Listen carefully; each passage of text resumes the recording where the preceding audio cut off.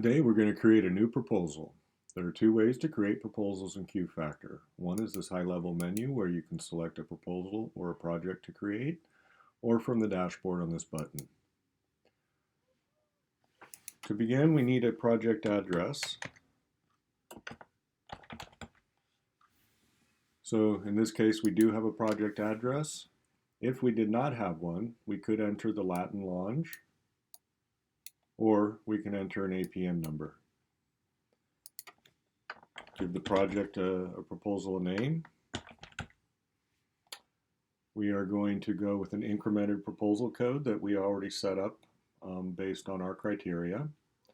This is in research and prep. We have no estimated fees yet, and we have no customer yet. So we'll go ahead and save this, and we've gotten a start.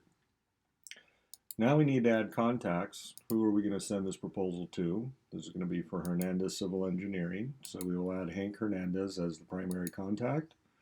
And while we're here, I can go ahead and add myself as a project manager. And then let's add Roxanne as the field manager. So now we have a running start at a team that may work on this or may have input into the proposal. And now let's go ahead and add a service to this. So we'll come in here, we'll pick from our service templates. We'll go with topographic survey, and we'll edit this text to say,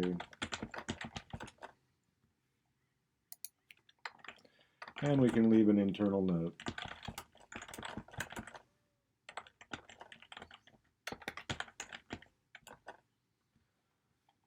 So how do I want to present this to our customer? We'll go ahead and go with an hourly rate. It's a two-man field survey, figure 1 day. So 8 hours. And then let's go ahead and add AutoCAD. And let's go ahead and figure 4 hours of that time. And now we've automatically updated our subtotals, our total, and our estimated hourly rate. So go ahead and save this. And I've now added a service to this. I can come in here at any time, edit.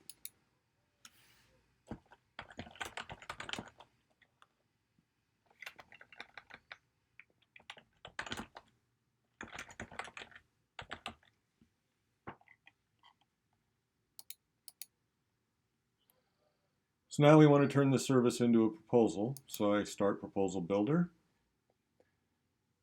Let's go ahead and give this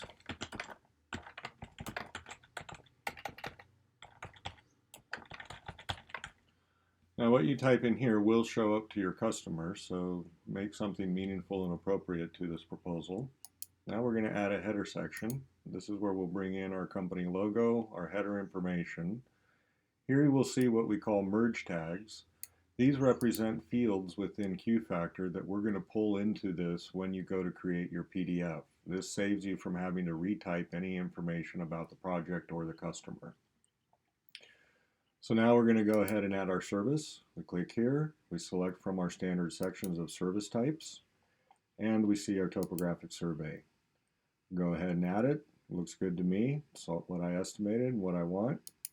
So now let's go ahead and add a signature section here so we can have a sign off. We'll delete this unneeded section here. And then let's go ahead and add attachments. So we're going to go ahead and add our terms and conditions, and then let's go ahead and add the rate sheets. I can now save this. I can click on preview and it will show us the data that will get pulled in. We can see here that we're missing a mailing address and we don't have APN track, lot number, that type of information. So we can go ahead and remove that from our proposal. So go ahead and click save. Let's come in here and let's remove these.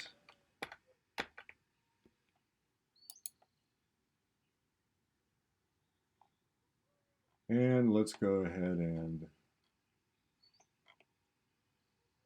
save that. And now let's view it as a PDF. So now we will generate a proposal. We see our logo, our header information. Here's our signature, enclosures, and here we see our enclosures. There's our terms and conditions, and at the very end will be our rate sheet. So we're okay with this proposal. It's good to go. Let's go ahead and publish it. Now, when we publish this, we are locking it down. It can no longer be edited. It's considered a controlled document, and it is something that you're going to send to your customer.